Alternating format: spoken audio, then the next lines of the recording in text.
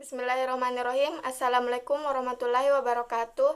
Nama saya Sri Wahyuni, NIM 1057211119519. Klasmen 19F, Fakultas Ekonomi dan Bisnis, Universitas Muhammadiyah Makassar. Saya membuat video ini untuk menjelaskan mengenai salah satu bagian dari metode proyeksi kualitatif, yaitu gabungan tenaga penjualan. Secara teknis, gabungan tenaga penjualan hampir sama dengan proyeksi dengan menggunakan opini Dewan Eksekutif Perusahaan. Proyeksi dengan menggunakan gabungan tenaga penjualan ini terdiri dari: yang pertama ada pendekatan akar rumput, kedua teknik manajemen penjualan, ketiga pendekatan distributor, keempat proyeksi berdasarkan riset pasar, dan yang terakhir penilaian probabilitas individual. Untuk yang pertama, pendekatan akar rumput. Pendekatan ini dilakukan dengan menggabungkan hasil proyeksi dari semua tenaga penjualan dan hasil proyeksinya digabungkan sehingga diperoleh proyeksi akhir. Dan yang kedua ada teknik manajemen penjualan. Teknik penjualan seringkali memahami benar tentang produk serta perilaku pasar.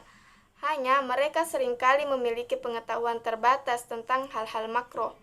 Maka dari itu diperlukan orang yang memiliki pengetahuan yang memadai tentang pasar dan kondisi makro, yaitu manajemen penjualan.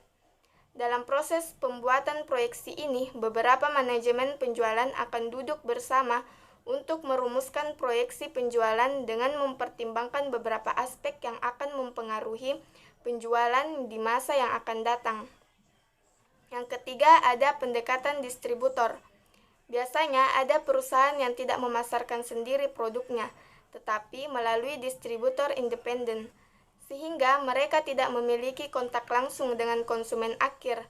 Maka mereka harus membuat proyeksinya dengan berdasarkan pada informasi dari distributor. Keempat, ada proyeksi berdasarkan riset pasar. Proyeksi dengan metode ini didasarkan pada riset pasar yang memadai. Setelah informasi yang diperoleh melalui riset pasar sudah cukup, informasi lalu diberikan oleh pihak yang dipandang ahli dalam merumuskan nilai proyeksi. Dan yang terakhir, penilaian probabilitas individual. Proyeksi dengan penilaian probabilitas individual dilakukan dengan menentukan besarnya probabilitas untuk setiap kegiatan.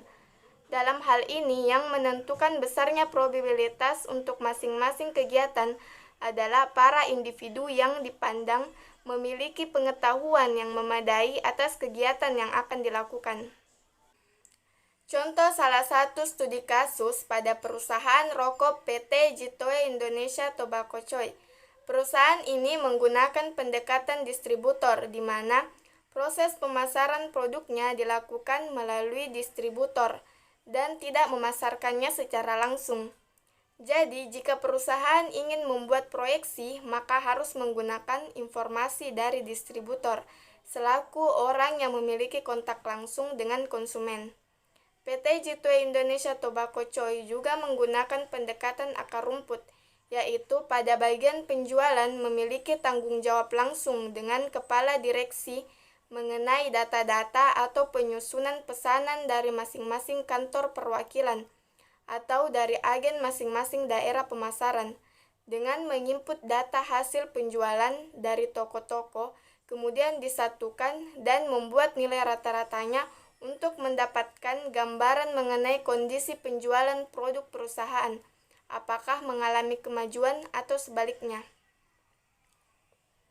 Sebagai penutup, kesimpulan yang bisa diambil dari materi tersebut adalah bahwa dengan menggunakan metode gabungan tenaga penjualan memang akan menghasilkan proyeksi yang lebih akurat, karena proyeksi dibuat langsung oleh ahlinya, tetapi juga memiliki beberapa kekurangan dari masing-masing metode tersebut, seperti salah satunya pada metode akar rumput, itu memerlukan waktu yang lama karena proyeksi dilakukan secara berjenjang. Sekian. Jika ada kekurangan mohon dimaafkan. Wassalamualaikum warahmatullahi wabarakatuh.